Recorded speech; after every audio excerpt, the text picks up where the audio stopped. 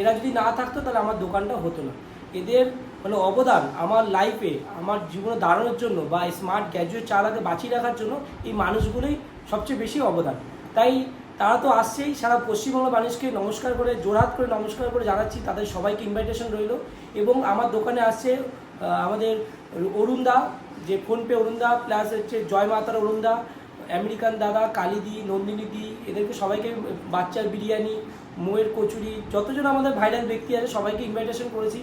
আমরা একসাথে গিয়ে আমার দোকানটা তোমরা সেলিব্রেট করো, এই আনন্দটা আমরা একসাথে মানে চাই তোমাদের সাথে শেয়ার করে আনন্দটা করতে।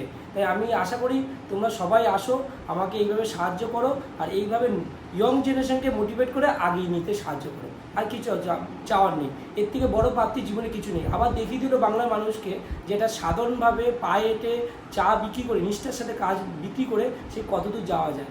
এটা শুধুমাত্র পসিবল হয়েছে আপনাদের জন্য, যারা